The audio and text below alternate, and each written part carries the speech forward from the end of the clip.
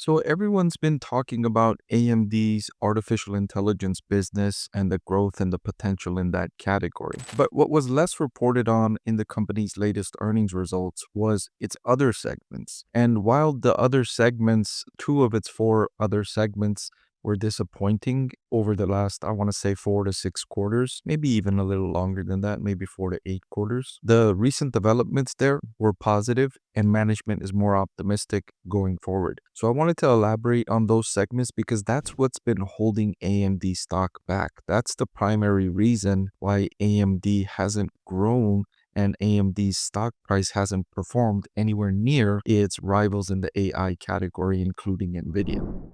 I want to thank the Motley Fool for sponsoring this video. Visit fool.com/parkev for the 10 best stocks to buy now. So AMD's business has been two-sided.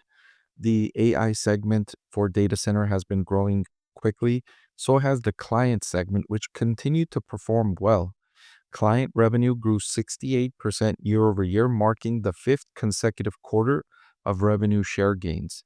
They delivered record CPU average selling price, driven by a richer mix of high-end desktop and Ryzen processors. And I've been seeing this across the PC categories. Companies that are reporting results in this category have been reporting that customers are willing to pay the higher prices for the more capable personal computers because they're seeing the need as AI enhances the effectiveness of these computers. They want those enhancements, right? So people are willing to pay that higher price to get a more capable computer. And that's been good news for AMD and the industry overall because the PC industry, it's not gaining that many new customers, right? It's primarily a saturated industry. In some developing economies, there's still growth, but for the most part, it's a saturated industry that relies on the replacement cycle for increasing sales, for increasing market share. But what's going on within the industry, while unit growth is not increasing by all that much, the estimates are that for 2025, PC industry growth will be in the low to mid single digits if you're lucky, but more likely in the low single digits.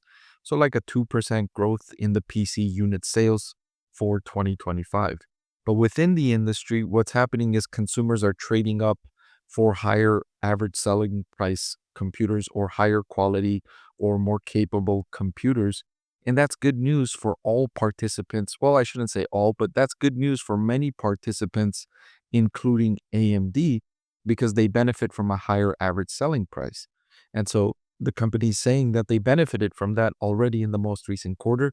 And that's likely continuing for the next, I want to say 2 years at the least, because right now is when consumers are replacing computers that they bought in 2020 and 2021 during those COVID lockdowns when people were working from home and learning from home. There was a lot of computers purchased, but those computers are getting older now. They're 4 or 5 years old, and people are going to start replacing those computers.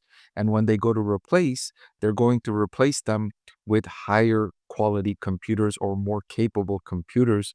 And that's going to be good news for AMD because this replacement cycle will create increasing revenue for AMD because the average selling prices are going to be much higher in this replacement cycle than they were in 2020 and 2021. So they talked about they saw strong demand for their latest generation AI PC processors as sales ramped. They went on to say that demand for AMD based commercial PCs were also very strong in the quarter. And looking more broadly across the PC market, they remain confident they can grow client processor revenue well ahead of the market in 2025. So while I mentioned the market unit growth will be in the low single digits, consumers will be trading up to more capable PCs, and AMD expects to gain market share within the category as well. So three catalysts to lift AMD's sales in the PC market for 2025. Now, the other category that AMD has been struggling with is gaming revenue, which decreased 30% year over year. But that's the overall gaming segment, right? AMD's overall gaming segment is split in two. It's the PC gaming segment and custom PC segment, custom gaming segment for consoles. The PC gaming segment is doing well.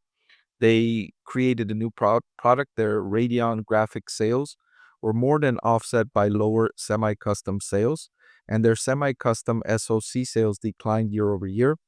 But they mentioned that console channel inventories have normalized and demand signals have strengthened for 2025.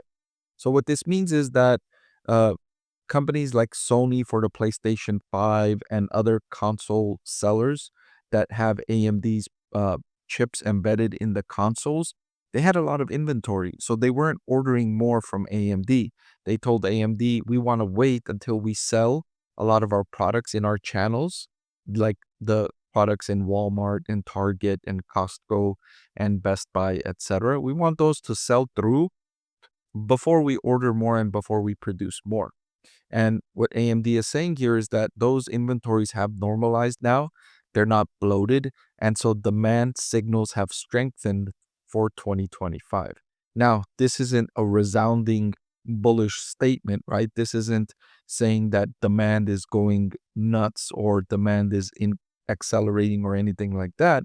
It's just the declines are improving and it won't be such a weight on the company holding it back because the PC graphics segment is doing really well. And so if the console segment normalizes is not such a drag on the overall company's growth, it can help facilitate more growth for the business overall. And just some anecdotal evidence for AMD's graphics. I was talking to one of my university students the other day and I was asking his opinion because I know he's an avid gamer who's active in message forums where they talk about the graphic processing cards for personal computers. And what he told me is that NVIDIA has a strong leadership position here for the higher end graphics cards. But in the middle of the market for the not so expensive graphic cards, that AMD is very competitive, even matching NVIDIA in terms of price and performance. So just some anecdotal evidence for you. Take it for what it is. It's just one data point. But I thought it was interesting that AMD is so competitive in that middle market for gaming PCs and graphic cards.